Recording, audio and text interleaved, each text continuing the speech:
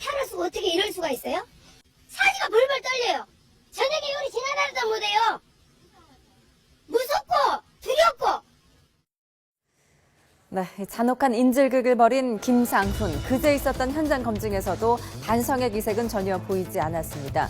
프로파일러 면담과 검사 결과 김상훈은 사이코패스 성향을 지닌 것으로 나타났습니다. 오늘 발표된 경찰 수사 내용 살펴보시죠.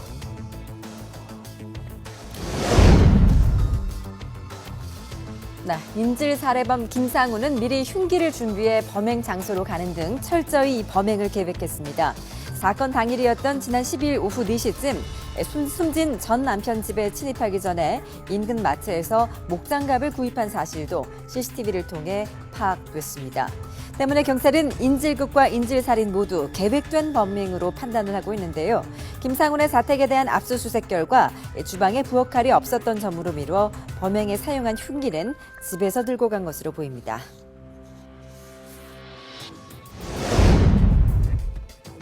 당초 김으로부터 성추행을 당했다고 알려진 둘째 딸, 결국 안타깝게 숨지고 말았는데요. 국립과학수사연구원 감정 결과 숨진 둘째 딸의 몸에서 김의 DNA와 체액이 발견됐습니다. 경찰은 이에 따라 김이 성추행이 아닌 성폭행을 한 것으로 결론 내렸습니다. 하지만 김상훈은 성추행일 뿐이었다고 부인하고 있는 것으로 전해졌습니다.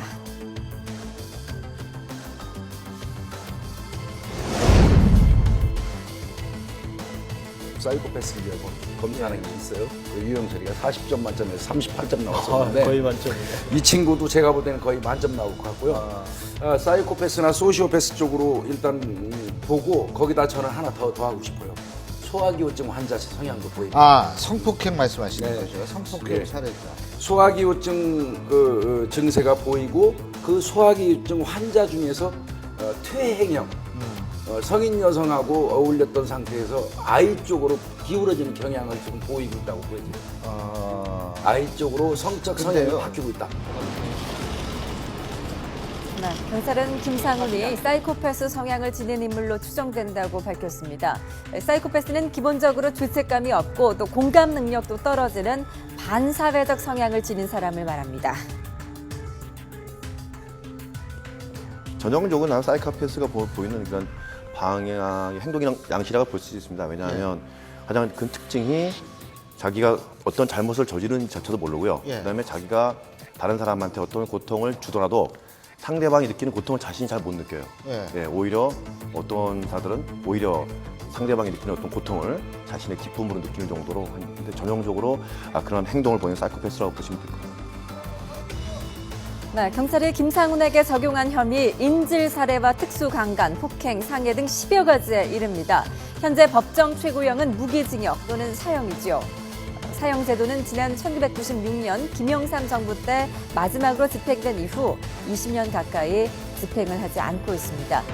그런데 이 잔혹한 범죄를 계기로 사형 제도에 대해 공론화를 해봐야 한다는 지적도 나오고 있습니다. 국민 앞에서 비웃고 더 당당하게 피해자들을 향해서 또 모욕적인 말을 하고 이런 사태는 계속 반복될 건데 우리가 그때마다 이런 죽일 놈 하고 분노하다가 또 지나가고 이렇게 반복을 왜 해야 되느냐는 거예요. 어떻게 하면 반복하지 않을 수 있는지에 대해서 다 같이 진지하게 정말 고민을 해봐야 됩니다. 사형 집행도 얼마든지 얘기를 꺼내서 공론화해서 우리가 얘기를 해야 된다는 거죠. 실제로 그 사형이라고 하는 것은 그 인간의 판단으로고 또 완벽할 수 없는 그런 불완전한 그런 상황 속에서 어떤 그 사람의 생사 여탈을 갖다 결정을 하는 것이기 때문에 그거는 최대한 보수적으로 판단을 해야 옳다는 생각들이 있고. 네, 이 사형 제도에 대한 공론화를 해야 한다, 아니면 보수적으로 판단해야 한다. 이렇게 전문가들마다 의견은 엇갈리고 있습니다.